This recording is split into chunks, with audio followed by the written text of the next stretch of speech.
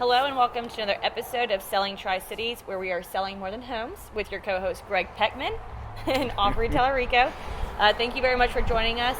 Today we are going to be actually talking a little bit about the market. Yes. There's a lot of questions about kind of like what's going on, what to expect over the next few weeks and next few months. And so Gregg is here to kind of give us some insight as far as what he is seeing and some cool trends. Cool, I appreciate it. And what better way to lead into it? Having a couple of beers that we're talking here. We're at Johnson City Brewing. Yeah, this episode is sponsored. I know there's like a running theme every time we talk about real estate on this. There's some type of beverage. But, you know, when you're in real estate, sometimes you just need a beverage. Real estate mortgages, you need beverages. Absolutely, to survive. Yeah. So let's just talk about, and this is something like we've talked about before, inventory, right? Yeah. So inventory, just give you some numbers here, rough numbers. You have like 900,000 homes for sale across the country, right? But that's not the real number.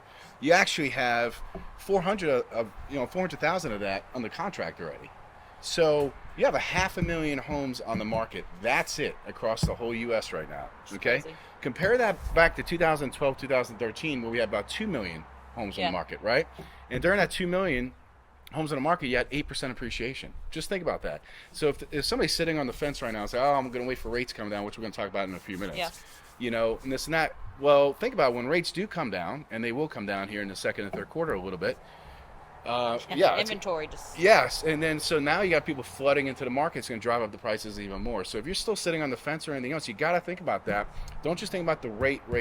You got to think about, hey, the whole picture of wealth impact. Yeah. And if I just sit back and wait, that's going to affect you. Yeah. You know, negatively, right? Yeah, I have people, actually just like 2 days ago, somebody sent me, who's not in real estate, but, you know, obviously a friend of mine, and they sent me just a funny meme of somebody did, like, waiting for that market to crash, like the bubble that everybody said was going to pop and the crash, and it was just a funny meme on like how that wasn't going to happen. Yes. And how there are still some buyers who for 2.5, 3 years have been sitting there waiting. They've lost all these opportunities, and they've lost out on a lot of money because they didn't buy then and let their home appreciate with the time.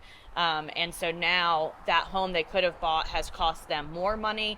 They've lost the appreciation they could have gained. And so there's a lot of people, I think, who are kind of kicking themselves in the tush because they kept waiting for that, and we're just not seeing that. And that's a hot button with me too, because it's very frustrating because you can't compare now compared to 2007, 8, and 9. So let's give you some more stats. During that time, you had 4 million homes for sale. 4 million. You have 500,000 now. And number two is, back then you could just fog a mirror and still get a mortgage. Now, the last decade, you've had the best mortgages inside Fannie Mae and Freddie Mac from people because you actually have to qualify. What a novel idea that is. But anyway, so those two things, if you're still waiting on that, you're going to be waiting more because we're going to be in this supply and demand issue probably for the next 2 or 3 years, at least, because building, here's something else. Each decade, guys, you had building, you know, from 1980 to 2010. Each one of those decades, you had about 25 million homes being built. Now, from 2010 to 2020, you only had 7 million. Under 7 million, actually. So, so all that stuff takes time to get into the marketplace. The building doesn't happen overnight. Then we had the supply issues for the last, couple of years ago, and all that stuff. So, we're going to be here for a while. And so if you're still hesitating and this and that, it's not going to go that way. It's not going to crash, is my point. And I think there's a lot of people who they find the perfect house. I mean, as realtors, they find the perfect house that checks all their boxes, but they're hesitant over, $50 a month, or the rates are going to come down. But what happens is now they sit there for 6 months, 9 months, 12 months, and now they're stuck, renting or not investing in the home that was best for their family. Like they needed to upsize, and now they've spent the last year and a half cramped in a home, not as happy because they feel stressed, and they were worried about. They let their home pass them by because they were worried about a rate. And guys, here's the thing: rates go up and rates go down. It's fact. It's history. It happens. So they might be a little bit higher now than what they have been in the past, but they will go down. So the chance to refi will be there. It will happen. But don't let that home that checks all of your boxes, don't let that pass you by because you might not find that other house. The rate you can change, but that house might not come back up again.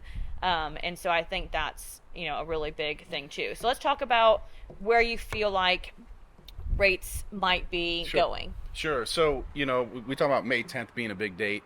And basically that date is just the CPI index, which is the index when you're dealing with cost of goods and all that stuff. That's all going to finally catch up because the shelter costs, cost of renting, things that cost inside shelter is starting to taper off, but it's a lagging index. So they figure by May 10th, which is shown April, the previous month, it's finally going to catch up, and it's going to show that inflation has slowed down. And basically, when inflation slows down, that helps interest rates. When inflation goes up, that hurts, interest rates. So it's the arch enemy, always has been when it comes to mortgage rates. So right now, I think the Fed is jumping the gun too much, talking about like another rate hike and everything else. And rate hikes, just so everybody knows, that affects short-term interest rates. That's bank-to-bank lending. That affects HELOCs, credit cards, everything else. It actually helps long-term rates, which is mortgage rates. So May 10th is hopefully the day where all the data finally catches up to year over year. You can finally see it, and eventually, like the shelter costs are here, right? And so it's lagging here. So eventually, it's going to start coming down like that. So we're all hoping, and no guarantees. I have the full disclaimer on that, but just from all the stats and from history, rates will start trickling down to the low fives. Okay. Yeah.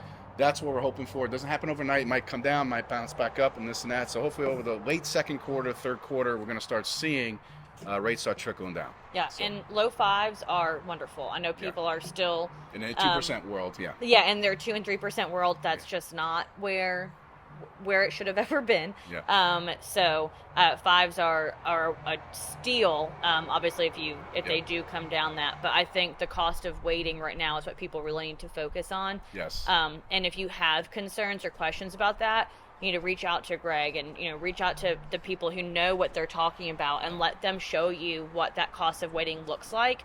Let them show you the diagram and the graphs as far as what your price point is, what interest rates are, and they can actually walk you through what that would look like for you. And I think numbers and seeing it on paper, seeing it on a computer really makes a big difference. Well, I mean, it's something that you just brought up, the cost of waiting, because most people don't even calculate that into their thinking. And that cost of waiting it's a lot more expensive than the cost of the interest rate being a half a point higher or a point higher and everything else.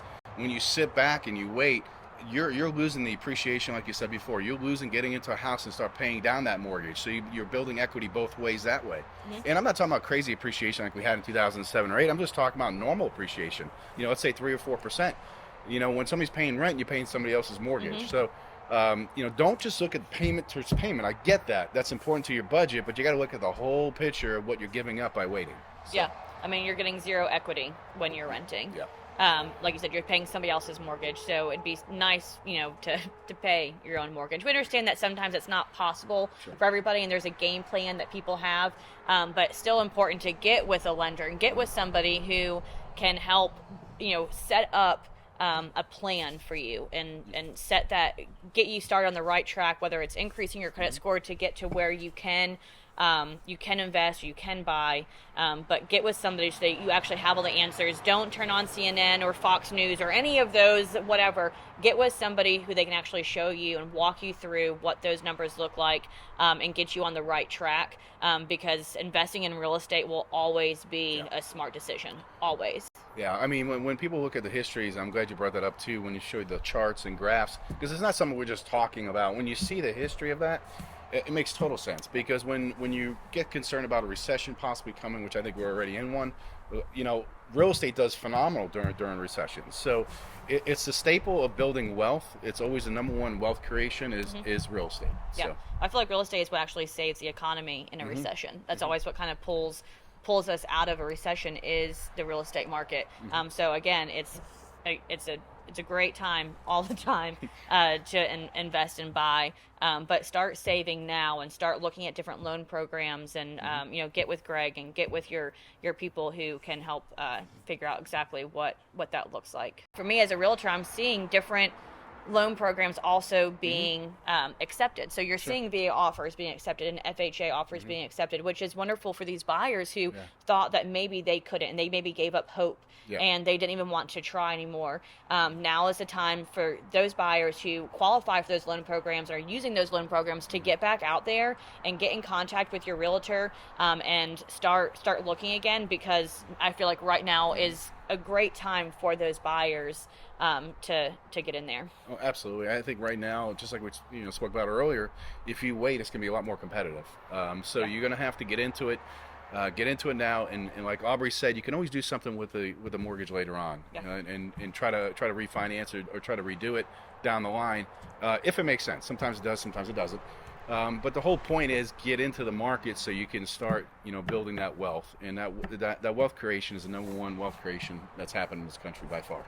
Amen. And also, right now, just a quick plug on that, but right now, condo and townhome sales are kind of like through the roof. So I mean, you're seeing a lot of condos and townhomes being eaten up in a matter of hours and days. So if you have a condo or a townhome and you've been on the fence about whether or not you want to list it, now is a great time because you're seeing them turn over very quickly. So now is a great time to get in touch with your realtor. Let's get on the market, and let's get some good money for your home. Is there anything else you want to add to kind of sum up the market in a flash? Definitely, talk to talk to your realtor, talk to your lender. Make sure they explain stuff to you, not just, hey, here's the payment, here's the rate, then that's it. Make sure they understand what's going on with the market. So you can protect yourself and protect your family, not that you get into something. And, on top of that, don't just get into something and then lose sleep at night and so forth. It's got to be right for you and your family. So take your time, do your research, and then go from there. I'm glad you said that too. Don't jump the gun. It's okay to be patient. I have a closing after this actually, and it's with a buyer who waited for over a year and a half to find the right home. And she was patient, she was diligent, and she did her research. And we took our time looking at the right ones. She looked at the market, she looked at the area and the neighborhood. She figured out exactly what she wanted to put some sweat equity into it. And I'm really proud of her for being patient and for waiting to find exactly what was right. And she's buying. I mean, the rates were much lower, and it hasn't stopped her from when she started. It hasn't stopped her from finding the right one because she knew she was going to find the house when the time was right, and she wasn't going to pass up on it. So that's a great point too. I mean, I could talk numbers and stats with you guys all day long, but if you're not at peace with that decision, then don't do it. But if you really want to get into it, but still trying to wait and so forth, you got to really understand, hey, this is probably a better time to get into it than, say, 3 months from now. So absolutely.